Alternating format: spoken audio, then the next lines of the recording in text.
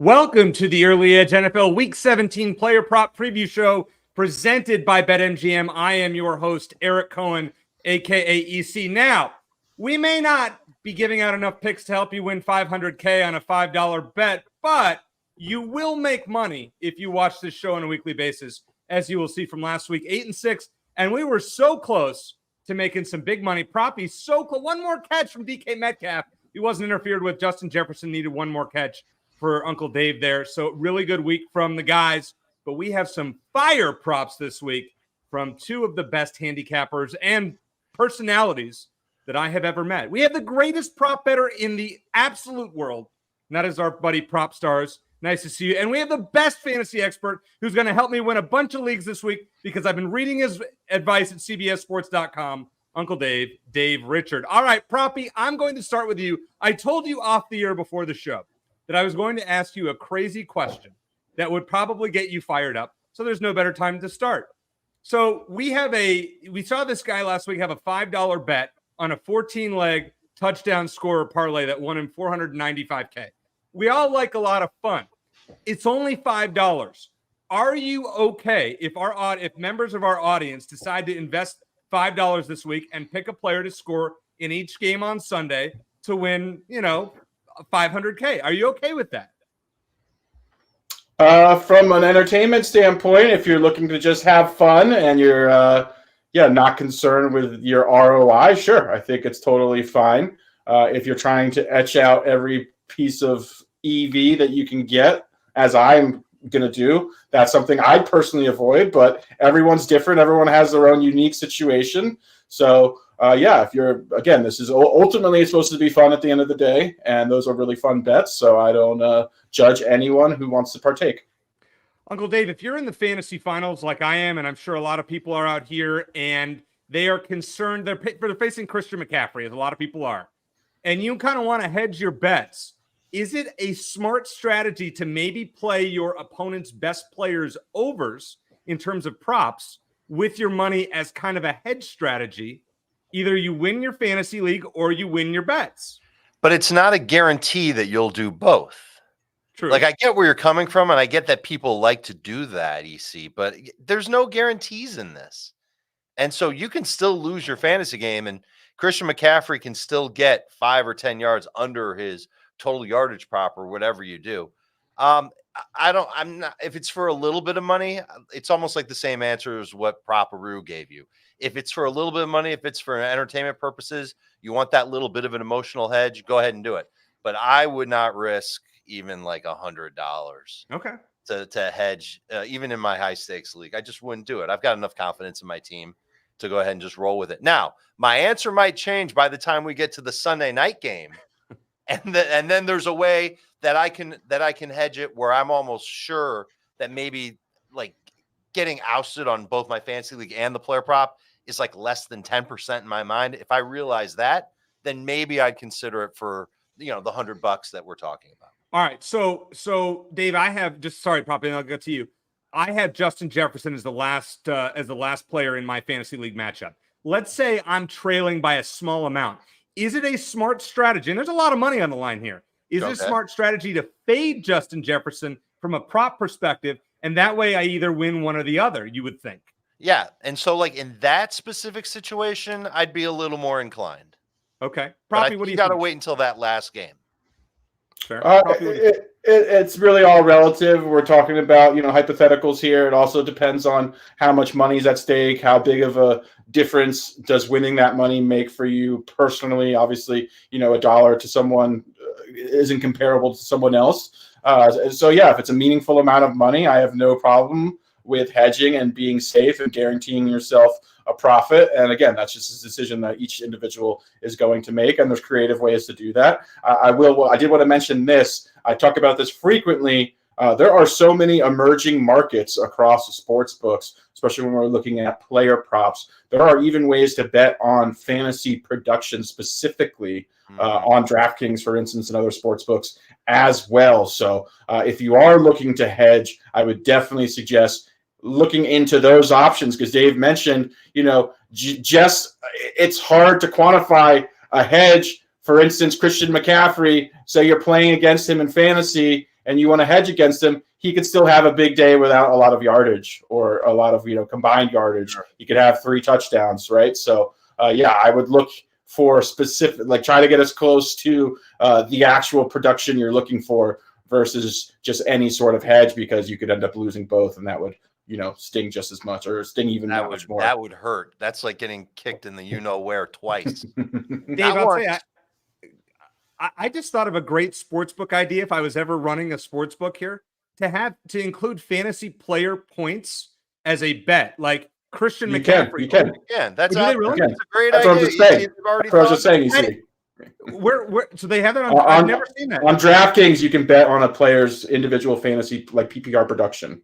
So, for instance, like Christian McCaffrey's like PPR projected points could be 25 this week, right? You could bet on him to go over under 25 points. Oh, this is amazing! I had no idea this existed. I scoured the sports books for lines. You learn something new every day. That's why we're on this show. We got two of the brightest minds in fantasy football and the prop market on this show. All right, let's start with the passing props, and I'm the only one with a passing prop here, and I'm actually kind of curious. We'll see what Uncle Dave thinks about this one. Going Kyler Murray over 257.5 passing plus rushing yards at minus 115 against Proppy's Eagles. So he's averaging about 249 a game.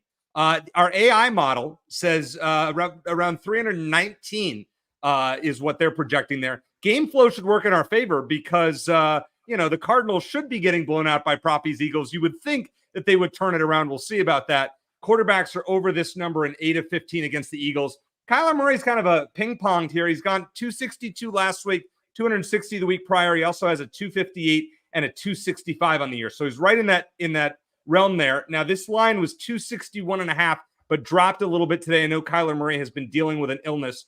I am still playing over and going with the garbage yards. Dave, in your sit-start column on CBSSports.com, you are sitting Kyler Murray. Does that mean you don't like this prop? I actually like it a lot. It's a competitive line, and really what you said that resonated with me. There were two things. Number one, the AI model having it over 300 yards, and number two, the game script. And I agree with the game script that he should be chasing points. That should mean a lot of yardage, both on the ground and through the air.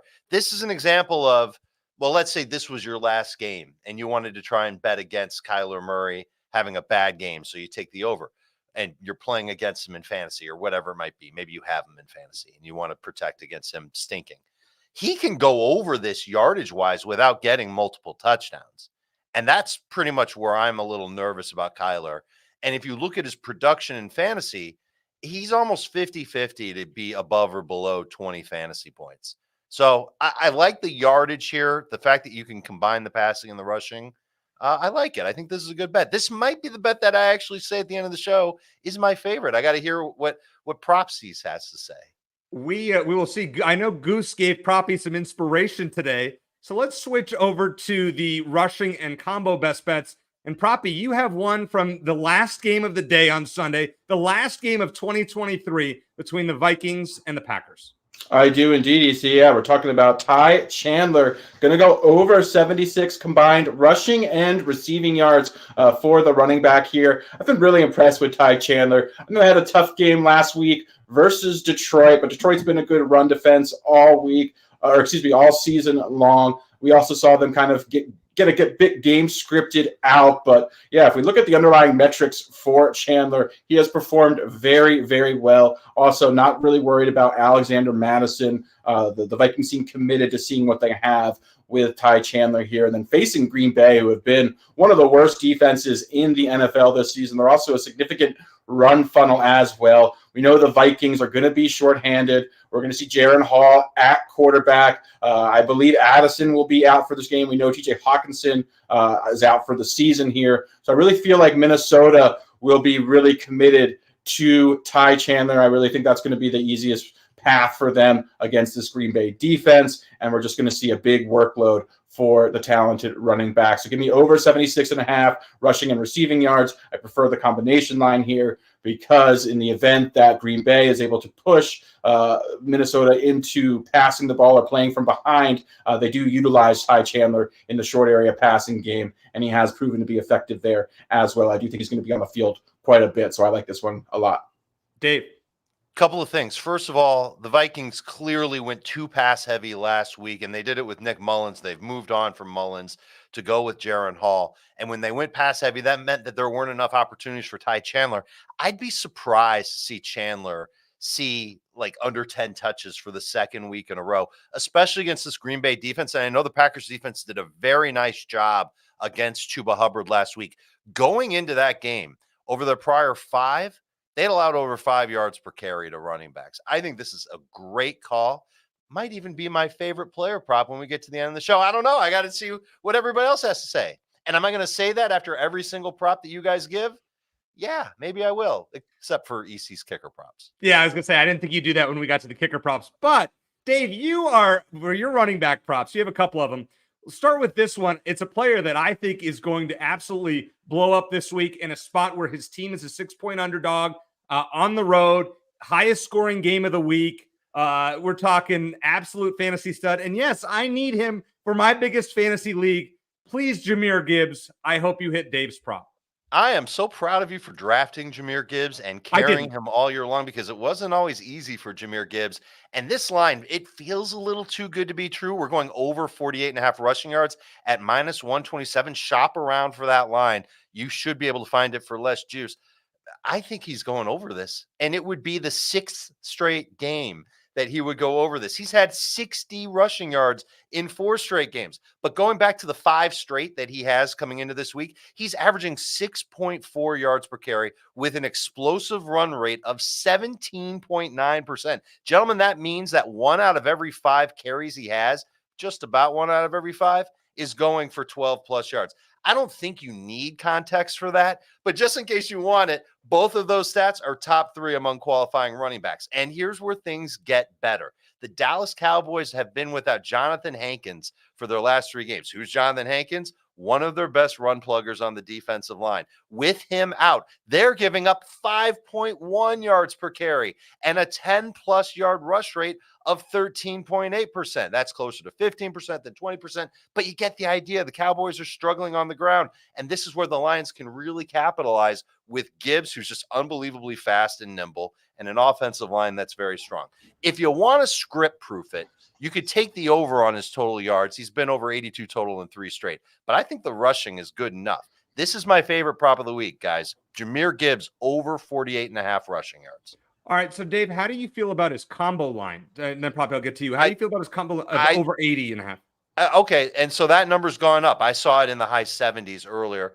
I like I just said, I think the rushing line is good enough, and I would take the rushing line probably close to like 54, 55.5. Like I'm ready to put down some money on Jahmyr Gibbs because he's been unstoppable, and this matchup is good. And EC, he's a top 12 fantasy running back this week too. Proppy. Dave's got the shekels loaded up for this play on Jahmyr Gibbs. I like it quite a bit as well. I've been beating the Jahmyr Gibbs drum all season long. We're finally seeing Detroit wisely. I mean, David Montgomery's having a very good year as well, really making him the focal point of that offense. That was the narrative going into the offseason, why they spent a pick on him. They were willing to take him, I believe, at 5 or 7 where they were originally drafting. Jahmyr Gibbs is the centerpiece of this offense. But what Dave mentioned and kind of game script proofing him, playing the combination line, they'll use Jahmyr Gibbs as a rusher even when they're playing from behind because of Dave mentioned his explosive ability, the breakaway yards. He can just pick up massive chunks. So they will still even utilize him as a rusher when they're playing from behind double digits, and he is going to be the primary back that's on the field in the event that happens. I love this spot. Dallas is a massive run funnel as well for a variety of reasons. The pass defense being elite,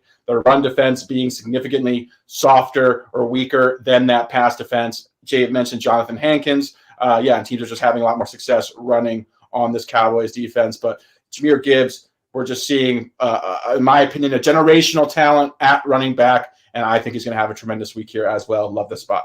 You know, I thought it was a terrible pick when the Lions took him at 12, I believe. I'm thinking, what are they doing? This isn't Bijan Robinson.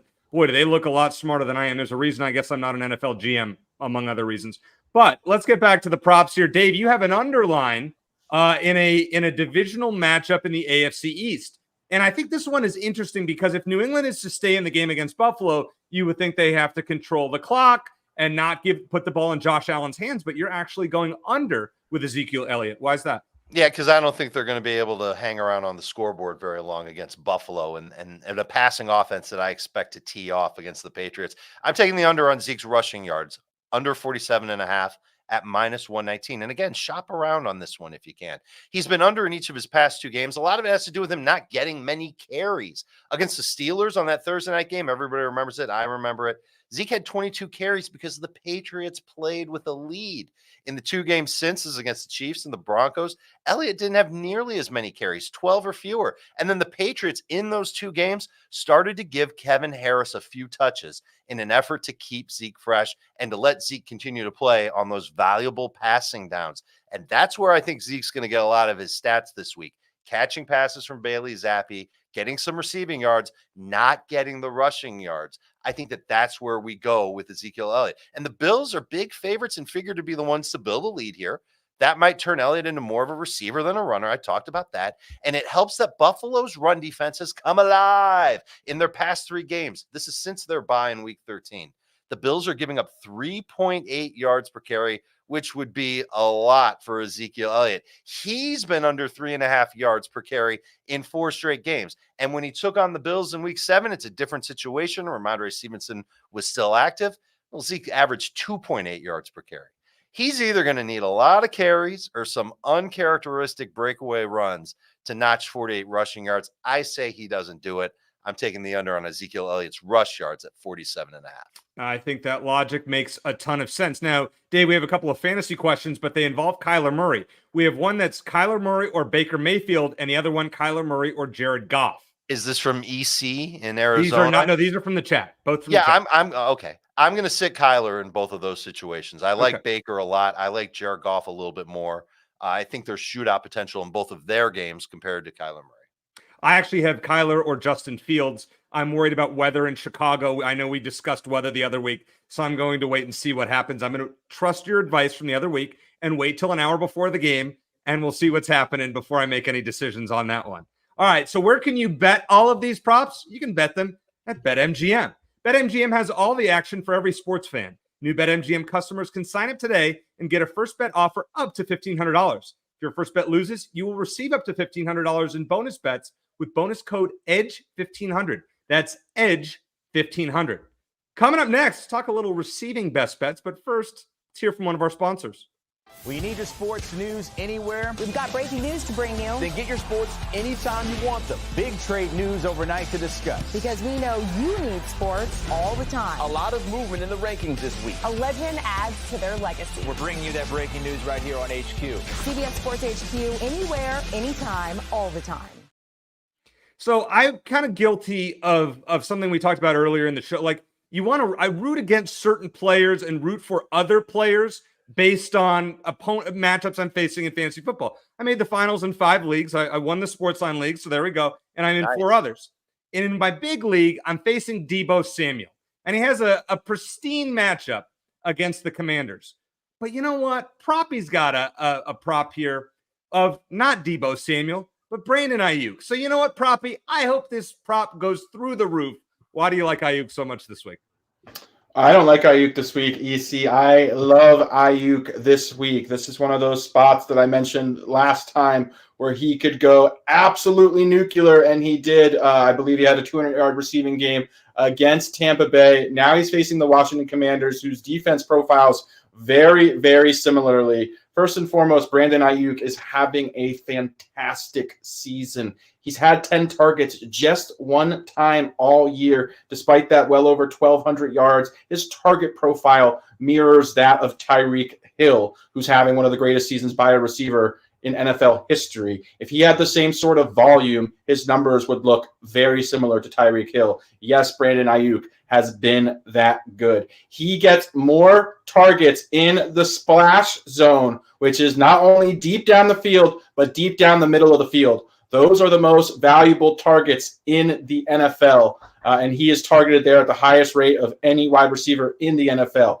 The Commanders give up more production in that area of the field than any defense besides Tampa Bay, which is, again, one of the multitude of reasons that I absolutely love this. The Commanders, one of the worst pass defenses. They rank in the bottom 5 in nearly every single defensive passing metric, EPA allowed per dropback. Also, the Commanders double team opposing wide receivers at the lowest rate in the league. So Ayuk is going to also be in single coverage, working a lot, and they don't have a good formidable pass rush either, which is going to allow Brock Purdy time and Ayuk time to allow those routes to develop and him to get open down the field.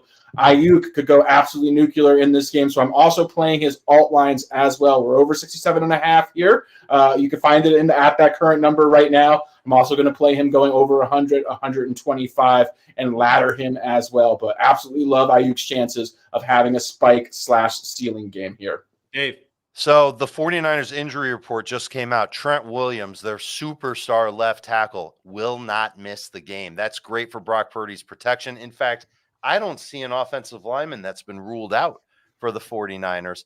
I actually see a couple of defensive players that might not play for the 49ers, which somehow maybe the Commanders can put up some points and force Brock Purdy to throw maybe more than for 2.5 quarters. So that just makes this prop even better. Better protection for Brandon Ayuk, maybe some numbers for the Commanders, and Ayuk goes off for a huge game.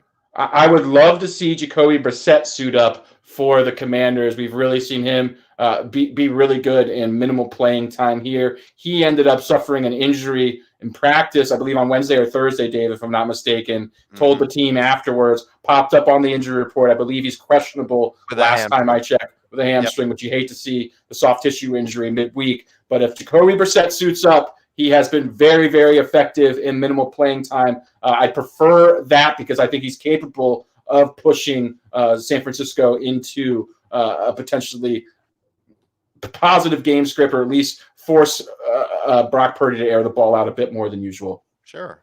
I'm kind of hoping against that proppy as I'm going against him in multiple leagues. So let's hope we just blow him out, take him out of the game, please. Get Ayuk his 150 yards, and then we're all happy, right? So, Uncle Dave, you have a couple of props here on receiving yards totals, and we're not talking big names here. We're not talking like A1 guys. We're talking guys that we would consider flex players, I would assume, or wide receiver threes from fantasy purposes. Let's hear your 2 plays and why. So the first one's going to be DJ Chark over 23.5 receiving yards at -119. This does not have to do with DJ Chark having a blow-up game last week. He had 6 catches for 98 yards in 2 touchdowns, which actually helped me advance in one of my fantasy leagues. I'm serious. I started DJ Chark. But it's more about he's been over this number in 4 of his past 5 games with at least 4 targets in each of those games. The only time he was under remember that rainstorm game between the Falcons and the Panthers? Yeah, of course he's going to go under there. Both teams really didn't throw that much there. And a sunny day is now forecast for Jacksonville. So I think the weather won't be an issue, and Chark should be able to do some damage against his former team, I might add. And one of the things that I do, and EC, we talked about this last week, I watch a lot of film, even the Carolina Panthers offense. And yeah, for much of the year, it was brutal. But you know what? In the 4th quarter last week, Bryce Young looked good. They got him moving out of the pocket. He was accurate while on the run. He made some improvisational plays. I thought he actually looked good. I'm optimistic he can build off of it against a Jaguars defense that's allowed 30 or more receiving yards to 32 different wideouts, including 24 of 32 receivers with at least 4 targets. Really, it's about the opportunity for a high-efficiency receiver to get over a low bar. 23.5 receiving yards is just way too low of a number for DJ Chark. And double check the combo line. On one of the sites I looked at, the combo line was the exact same number at the exact same odds for DJ Chark. And so if you can get the combo line, then whatever he does as a rusher might help you out a little bit. But this is one of the guys that I think could actually go off and have a decent game. I'm not saying he's going to get another 96 yards, but to get 25 yards, man, DJ Chark should have that at halftime. Let's take the over on that at -119. The other one that I like, and this is a better flex in fantasy leagues, especially this week, is Rashid Shaheed over 30.5 receiving yards. And the juice is a little higher on this one, 131, but I think it's worth it. He's been over this in each of his past 2 games, and these have been games where Derek Carr has wrangled control of the Saints offense. We haven't seen Taysom Hill play as much, and we've seen Derek Carr play hyper efficient football. First time in a long time we've been able to say that. And so because Shaheed's been an every down player, he's been able to see a target spike. We saw it last week, and they're taking on Tampa Bay, man. This is one of the worst pass funnel defenses in the National Football League. On the season, they rank in the bottom 8 in completion rate allowed, yards per catch allowed to wide receivers. This is just against wide receivers, not everybody. Yards after catch per reception, completions of 20+ yards. What does Rashid Shaheed do? He catches the deep ball. He gets a couple of those targets every week. He can go over this on one catch. So I like Rashid Shaheed to have another sizable game against a very bad Bucs defense. I actually think this is going to be a high-scoring game. So let's take the over on Rashid Shaheed. Last thing on it, though. Last week, 3 different Jaguars wide receivers went for over this total. Calvin really was one of them. And hold on. Elijah Cooks. Who? Yeah, and Tim Jones. Who? They went over this too. So let's take the over on Rashid Shaheed. Thank you very much. I didn't know that those last 2 players. I watch a lot of NFL and I read a lot of. I honestly had never heard of either one of those guys, to be honest with you. So I'm to be honest, that was a little bit of shtick for me. I know who Tim Jones is. I know Zay Jones, but Tim Jones, that's a new one. Tim Jones. It wasn't Brandon Cooks and Zay Jones. It was Elijah Cooks and Tim Jones. Fair enough. Okay, now we have 3 fantasy questions in a row from the chat. Knowledge reigns supreme. Proppy, I'll start with you on this one. Name one of these running backs that you would go with. King Henry, so Derrick Henry, James Cook, or Aaron Jones. If you were to rank those 3, how would you do it? Did he specify what type of league? I did not. Let's assume just a standard. Okay. So Derrick Henry, James Cook, Aaron Jones. I'd go Henry, Jones, Cook in standard. Okay. In PPR, I go in the exact opposite order. Yeah, agreed. But I need to do a double check of the Texans' defensive front. They might be without their entire starting. Yeah, they are. Yeah, and so that could make things juicy for Derrick Henry. And we know, Dave, as we talked about a couple weeks ago, Derrick Henry's career against the Texans. We don't care about that. Easy. I know you don't. I know. How bad did that burn us? Badly. Not the good. Texans defense schemed him up amazing in that game. Which is why but in 2019, Dave, he ran for a combined 400 yards versus them. It's things that I learned on the show over the last few weeks between weather and historical props. All right, next one for you, Dave. Stephen Miller asks, Eckler, James Cook, or Jahmyr Gibbs, leaning to 2 of them. Doesn't specify PPR or non-PPR. I hope Eckler, it's PPR. Gibbs. Gibbs and Eckler would be my picks. Eckler's got a great matchup against Denver. They've been terrible against the run all year. And their best pass rusher, Baron Browning, is out for this week's game. And Eckler actually looked pretty good last week. I think we got a little unlucky with Eckler not having a huge game. I think he maybe has his last big game as a Charger this week. Okay. And kudos to that guy or gal for overcoming the season that Eckler's had. That's a nice trio of running backs, especially if you're playing in a PPR league. And then obviously Eckler, unfortunately, had a really tough season. So if you've made it to the Fantasy Football Championship, despite using a top 5 selection on Austin Eckler, well done. Proppy from the chat, Chris asks, he has to play 2 of these guys with Jalen Waddle out. Nico Collins, Chuba Hubbard, Jackson Smith and Jigba, or Demarcus Robinson. Name 2 of those that you'd go with. Definitely Nico Collins, especially with CJ Stroud back against Tennessee's pass funnel defense. And then it was Jackson Smith and Jigba, and who else you see? Chuba Hubbard and Demarcus Robinson. I'd probably go Chuba Hubbard. Dave, how about you? Would you agree with Proppy on those 2? Nico I agree. And I went on a roller coaster, not literally on a roller coaster with Nico Collins, but earlier this week I liked him. And then I watched his film and I didn't like him. And then I saw him practice in full and CJ Stroud's back, did a deep study on the Titans secondary. I'm ready to start Nico Collins as a top 15 receiver. Same boat, Dave. I was very close to making him a play. I actually was planning on making his receptions line a play, but it hasn't released yet. So very, very well may see me put that out either tonight or tomorrow when that line does finally come out. Let's play odds maker. What would you, if you had to set that line for Nico Collins, what would you make it? 5.5 plus 100. Okay. Plus I would make it. See, I would make it 1.5 plus 2,000. And then way we'd all win a lot.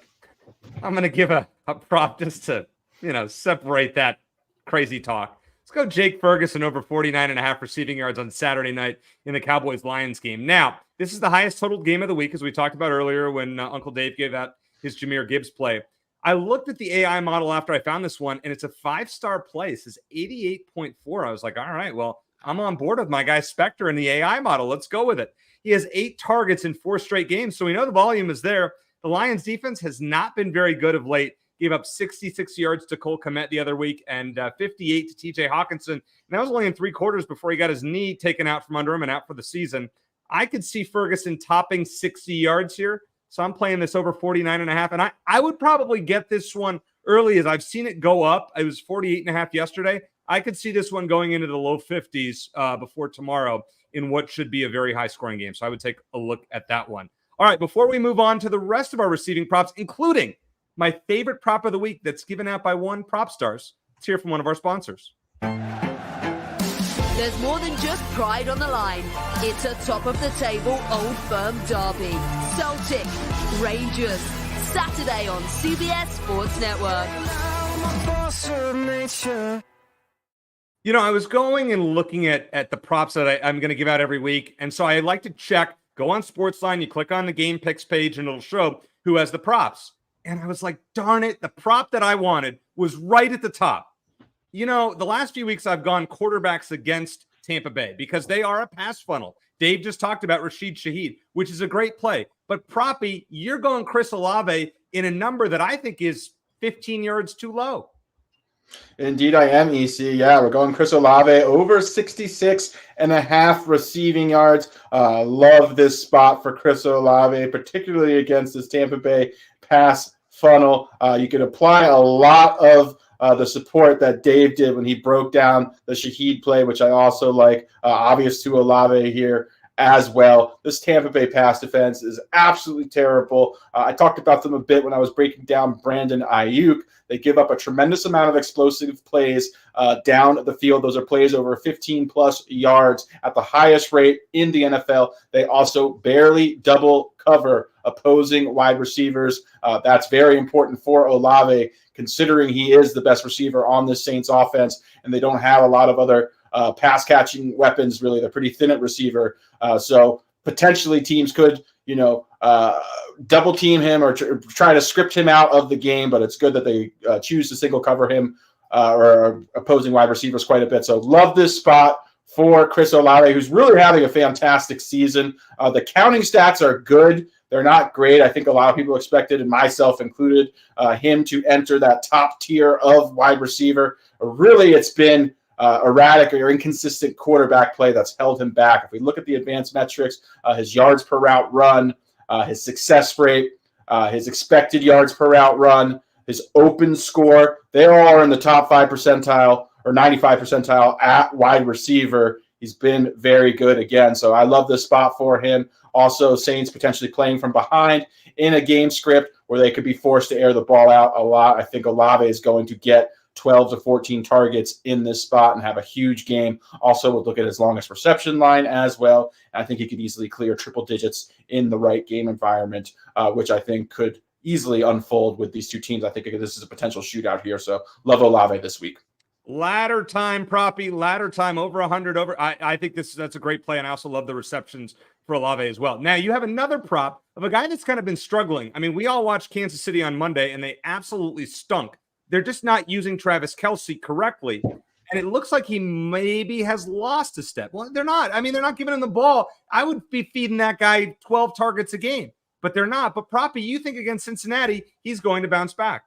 If there was ever a get-right spot for Travis Kelce, we talk about it with teams a lot, but for individual players, this is the optimal spot for Travis Kelce. This Cincinnati pass defense is absolutely terrible. As a result of that, I like Travis Kelce to go over 62.5 receiving yards. This is by far my favorite prop of the week on the board. Cincinnati has given up more yards to opposing tight ends than any defense in the league.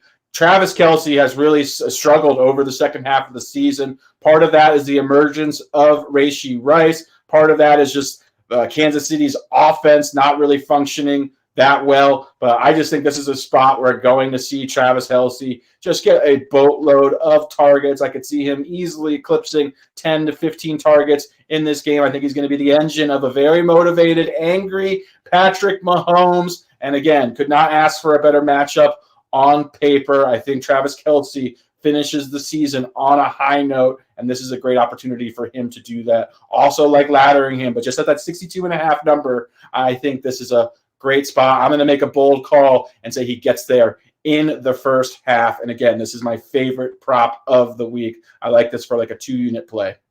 Wow. And when your 2-unit plays, by the way, we looked this up last week, are absolutely on fire. I think you were 3 or 4 in a row, at least that I could find.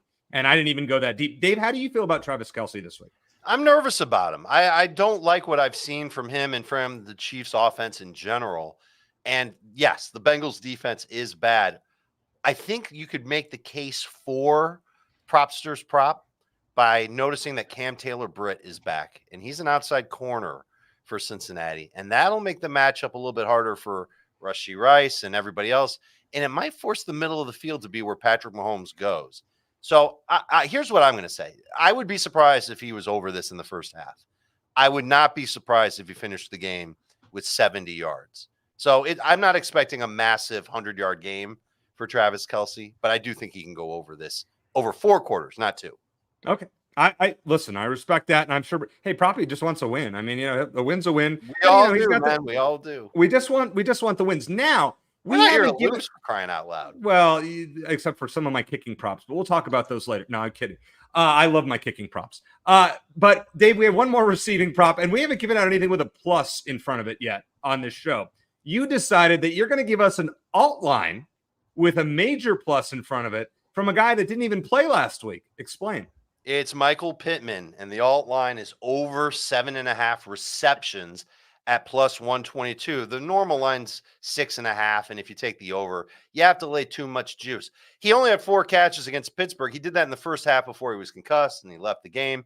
Before that game, he had at least 8 catches in 6 straight and 7 of 9 games. The Las Vegas defense is peaking. There's no doubt about it. They went after Patrick Mahomes, but they're on the road for the second straight week. And dare I say, against a better offensive line than what's in front of Patrick Mahomes these days. Plus, Michael Pittman's ADOT is, over those 6 games, 6.93 yards. These are not downfield throws that he's getting from Gardner Minshew. These are dinks and dunks. He's a short area target guy.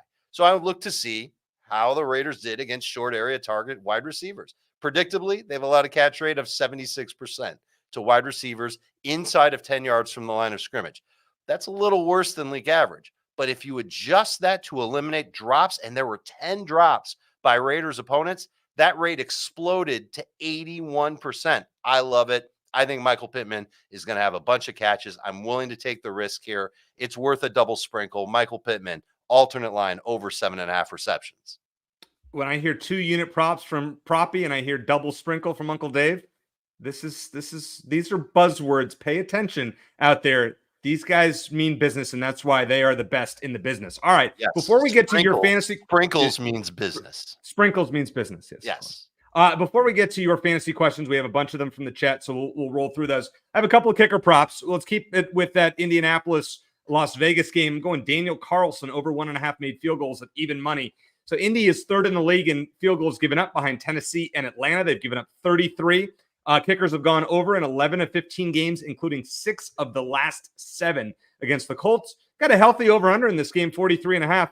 And Carlson has had multiple attempts in 8 of his last 11 games. I think he can get a couple of field goals here. He's one of the best kickers, one of the most accurate kickers in the NFL generally. So let's go Daniel Carlson over 1.5 at even money. Then we have to, like I think Corey asked about it in the chat, Kaimi Fairbairn You got to go against the Titans every week. This minus 150. I didn't want to just give out one field goal prop minus 150. This is way too juicy for me. But if you remember, the Titans 13-2 to the over. Fairbairn in the 10 games that he has played is 7-3 to the over.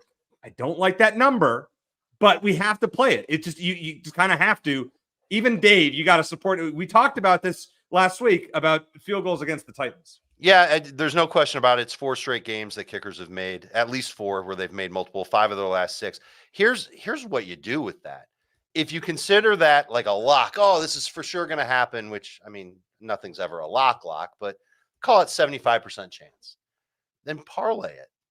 Put it with another prop or 2. Don't do it for a full unit. You do it for a fraction of a unit and parlay the 2. And that way you don't have to worry about the minus 150 part of it. I mean, parlay is like music to my ears. I'm sure Proppy's not going to. I don't even want to get Proppy mad, so we'll probably stay away from that. But Dave, I actually love that strategy. All right, I got fantasy questions galore from the chat, so let's get right to them. Proppy, I'll start with you. This is PPR. This isn't even fair what Joseph's done with his team. Austin Eckler, DeAndre Swift, Bijan Robinson, Kyron Williams. Pick 3. Who do you Impressive. Yeah. Definitely Kyron. We're playing him. Swift, I like the matchup against the Cardinals, obviously. And it's Eckler and who else? Bijan Robinson. That's not even fair. Yeah. You got to bench your boy. Yeah. Are we benching Bijan? No. Your boy, Eckler. Swift? Really? You bench Swift here? That's who yeah. I mean, it's a great problem to have. I really think you can't go wrong here. But, yeah, I'd actually personally bench Eckler here. I would too. But I don't want to argue with Dave because, you know. I think you can make a Dave, obviously. I concede to Dave here with fantasy, but I'd personally be inclined to bench Eckler. I just think from a touches standpoint, I'm a little more secure with Swift usually gets 15 to 18 touches. Eckler, we've seen a little bit less work. And then being in that Eagles offense with an optimal opponent in Arizona, I just feel there's a lot more touchdown upside, although Eckler, obviously, one of the greatest touchdown scorers of the past decade. But that would be my argument for why I have a slight lean over Swift to Eckler. And my argument would be touches, yes, Swift would have an advantage. Catches, no, Eckler would have an advantage. So I'm going to try and squeeze out a couple of extra fantasy points from Eckler catching the ball. And what happens when the Eagles get near the goal line? Jalen Hurts. Yeah. And what happens when the Chargers get near the goal line? Austin Eckler. Easton Stick. Difference to me. I really like DeAndre Swift this week, but I'm not putting him ahead of Eckler. All right, Dave, we talked about this the other week on the show. You had a Derrick Henry over rushing yards prop.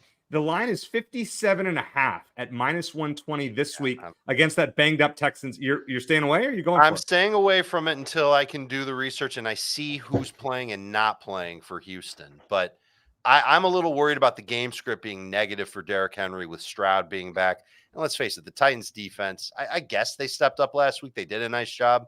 I don't know if they're going to be able to do it 2 weeks in a row. I actually think this is a Devin Singletary week.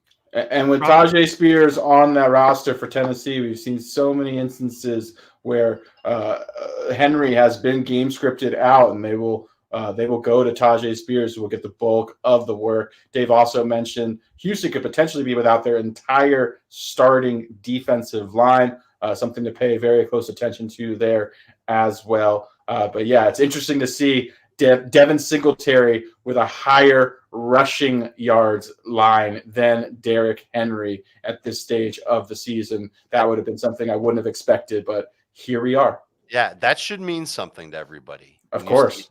That has an alarm bell going. And I want to remind people, again, I've talked about this in previous shows or streams, is in situations where you have a tough decision and you're looking to see, who you should start, who you should bench, I think a really good piece of support or piece of the puzzle is look at their prop lines. Go and check out what their yards are, what their combined rushing and receiving yards. That'll give you a good idea of who is projected to have the bigger game, and certainly helps me making tough decisions. All right, Proppy, I'll give you this one from Caddy Daddy. Jamison Williams over 33.5 yards tomorrow night. What are you playing it? It's too close for me. I just think there's not enough. The target floor isn't high enough where I'm comfortable playing it. So don't have a problem with it per se. Explosive player on the outside. I think the matchup's a little bit difficult They are vulnerable to big plays, but yeah, for me, it's not something I'd play personally. I kind of like it. I like it. He's had at least 6 targets each of the last 2 games, 4 catches each of the past 2 games. And he is a big play threat, but he's also gotten a lot of catches that are not big. And he's still gone over that number in 2 straight. Dave, Kyle Pitts, this guy, I think you've had him as well the last few weeks. 34.5 is his number, over under. I think it's a competitive line. I think I'd probably lean over just because he's been over that in 4 straight games. And Taylor Heineke has favored throwing to his tight ends more than his wide receivers. Here's the breakdown. His target share, number 1 has been Bijan. Number 2 has been Pitts. Number 3 has been Jonnu Smith. And number 4 has been Drake London. And against Chicago, I think the middle of the field will be fairly open. There's an opportunity there for Kyle Pitts to get you. Again, it's a low bar. I'm not looking for 60 yards here. He can get you to 40 yards. I love Kyle Pitts. We talked about it. We had a prop of his a week or 2 ago. I mentioned how he's gone from a part-time player to a full-time player in the offense inexplicably. Finally, the one thing I would argue, though, this Bears defense has vastly improved, including their pass rush. And the reason that could factor in here is Kyle Pitts is a very deep ADOT. So if the pass rush is able to get home, it actually works against Kyle Pitts. Most of the time it works in the favor of the tight end because they have very shallow ADOTs, but not Kyle Pitts. He's kind of utilized more like a wide receiver who has tight end eligibility. So if that Chicago pass rush is able to get home, it will be a tough day for Kyle Pitts, unfortunately. All right, Dave, last one for you from the chat that I saw. George says, should I bench ETN for Bijan? Did not specify what type of league. I was about to say, no, you don't bench ETN for anybody this week, but for Bijan, I think I would.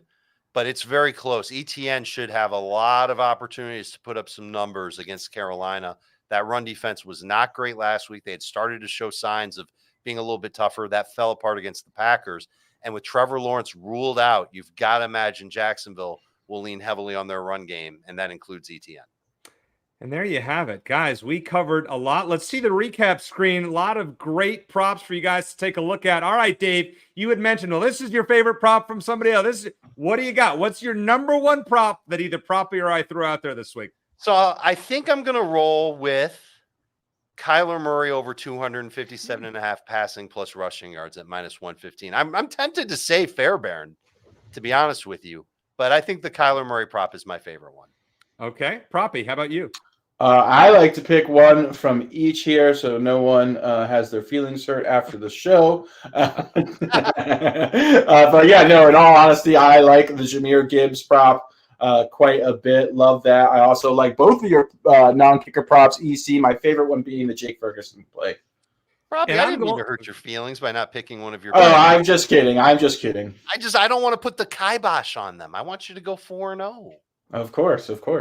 I think you guys came up with both great cards. Proppy, I really, really like the Chandler and the Ayuk ones, but I think Olave is my favorite one. So you know what? I'm going to go with Olave and Rashid Shaheed. You know, maybe you throw in some Derek Carr. You got your SGP. We get our parlays in. Hey, we make some money on New Year's Eve day. That's how it works, right? That would be a fun one. And this is our last show, if I'm not mistaken, of the year of 2023, if I'm not mistaken. Is that correct? It is 2 days left in the year. I don't think I'm going to see you guys on Saturday or Sunday. So, well, Proppy, are you on Sunday morning? I know there's a show. I am on Sunday morning. I believe it will be ordinarily it's me, the maestro, Larry Hartstein, along with Sia Najad, who hosts and also contributes analysis. Larry is traveling, so it's going to be me and Sia and Danny Brasco. So looking forward to breaking down the games. The 3 of us, we have an entire hour. I'll have some new picks as well. We've got the best producer in the business, Jake, producing as well. So I cannot wait for this. Besides this hour, that is my favorite hour of the week. So yeah, really looking forward to that Sunday show. So, you know, I was on CBSSports.com earlier and I was looking for Uncle Dave's picks and such. And what did I know as I scrolled down below the fold, there was a link to PropStarz props article with more explanations, including some picks that you might have heard here on the show. So you can find both my guys on CBSSports.com prominently this week. And if you need a SportsLine login, if you're not a subscriber and you want to get back on board so you can read everything that these guys, I have some college football picks. I've been picking them pretty good of late. You can check that out if you need that. direct message me on Twitter, and I will get you the best rate that we can for your first quarter, your first month, or your first year at sportsline.com. That's what we can do for you. Guys, it's always a lot of fun. I appreciate being on with you. It's been an absolute thrill this year, and really look forward to it. We have a lot more to go. We got the whole playoffs. We got week 18. I mean, fantasy football championships this week. Best of luck to everyone out there, and best of luck to you with your props. So for Uncle Dave, for Proppy, I am EC. As I always like to say, let's hit it big. Happy New Year, and good luck.